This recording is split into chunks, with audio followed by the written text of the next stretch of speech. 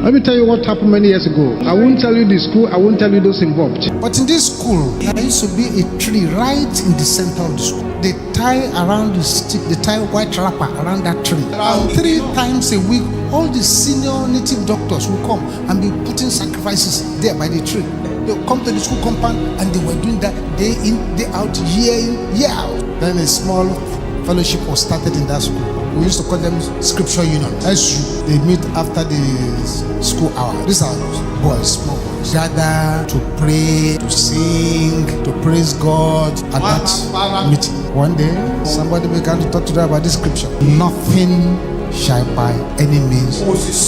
They took a decision. We're tired of these people always coming to our school compound to bring sacrifice of chicken, to bring this, to bring goat, to bring pot, and always roaming around the school compound. All this, we're tired. So those SU boys decided they were going to cut down the tree. Took a decision and they went without the principal of the school knew what is going on. Cut the tree. When the tree was about to fall down, there was a scream, and instead of the normal bark of tree, what was coming out was blood. The boys were not afraid. They went back to their hostel. Immediately that tree went down. All those native doctors knew that something had gone wrong. Apparently that's where they were storing their powers. They came in a rage to the school compound and went to the principal's office. Principal, if you still want to remain alive and your family, tell us who cut down the tree. Principal said, I don't know. Said, you must know. You are the principal here. So the principal began to ask the boys, who cut down the tree? Who cut down the tree? Not me.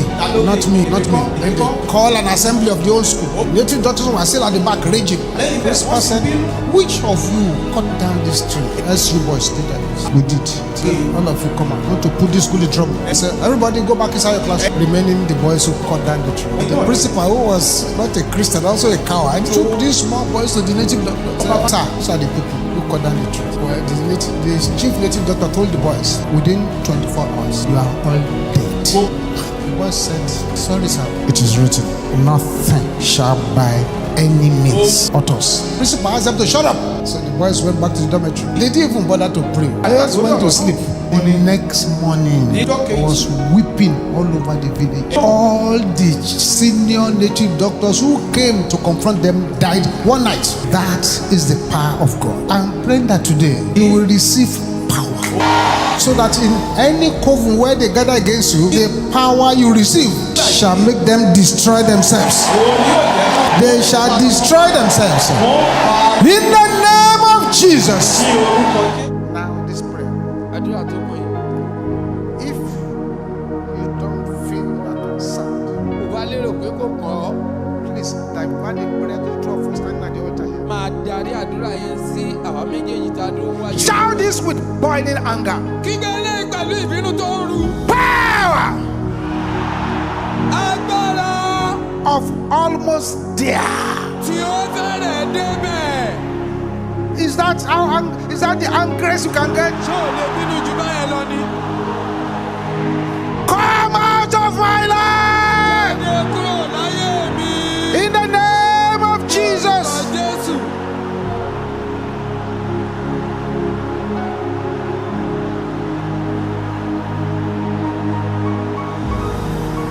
Open your mouth and decree it. In Jesus' name we pray.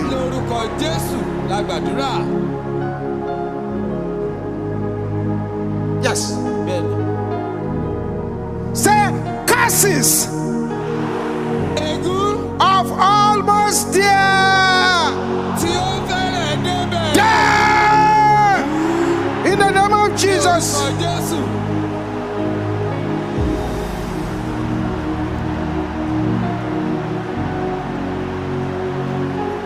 Open your mouth and pray this prayer. That's why the Lord brought you here.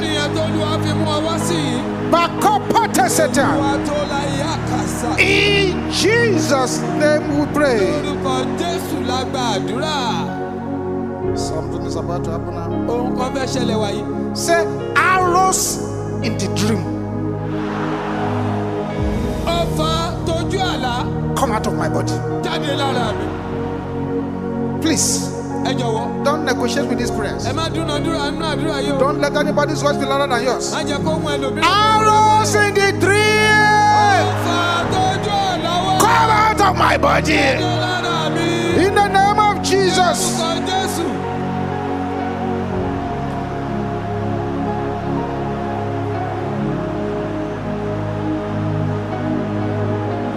In Jesus' name we pray. Sisters, are you here? Sister, say this after me. Say wherever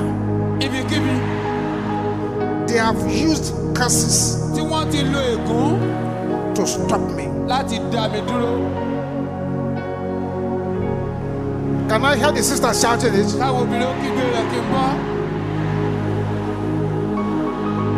Brothers, can I hear you shouting the same thing?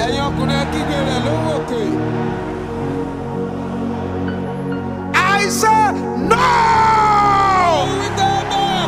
In the name of Jesus.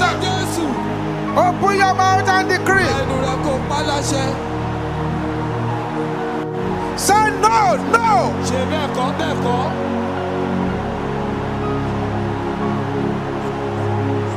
Bakate satani koya boshanda. Ribo sapanda kaya boshanda.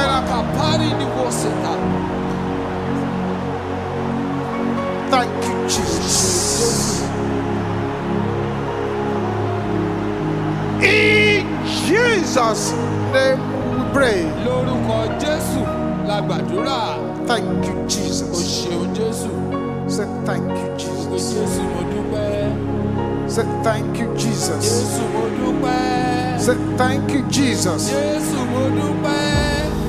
Can I hear the sisters here say this after me? All the prayers I have prayed,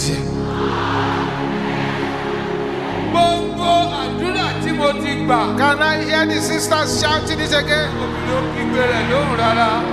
Hear the word of the Lord. Brothers, can I hear you shouting the same thing?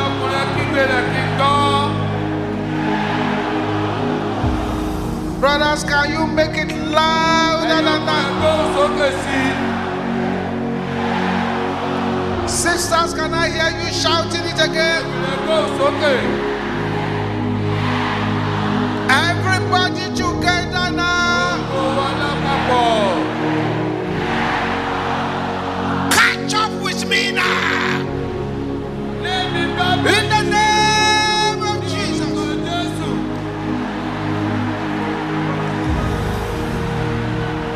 All the prayers are prayed. Hear the word of the Lord. Catch up with me now. In the name of Jesus.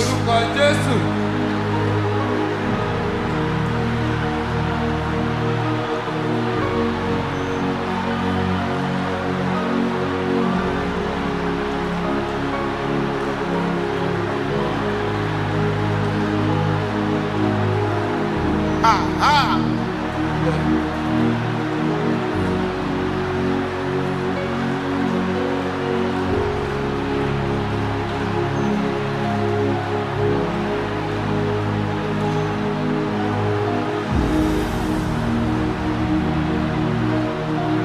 In Jesus' name we pray.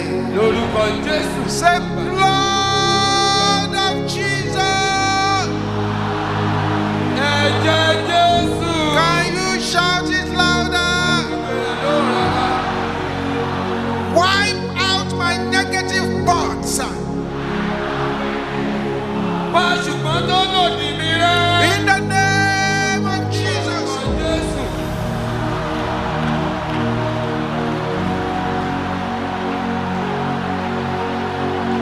Wipe out my negative thoughts.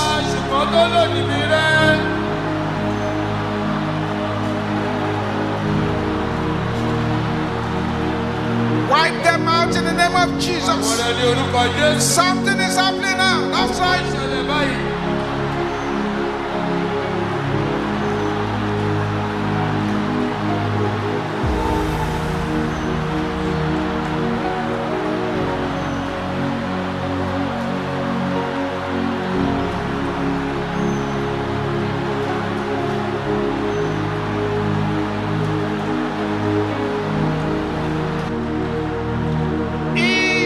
Jesus' name we pray.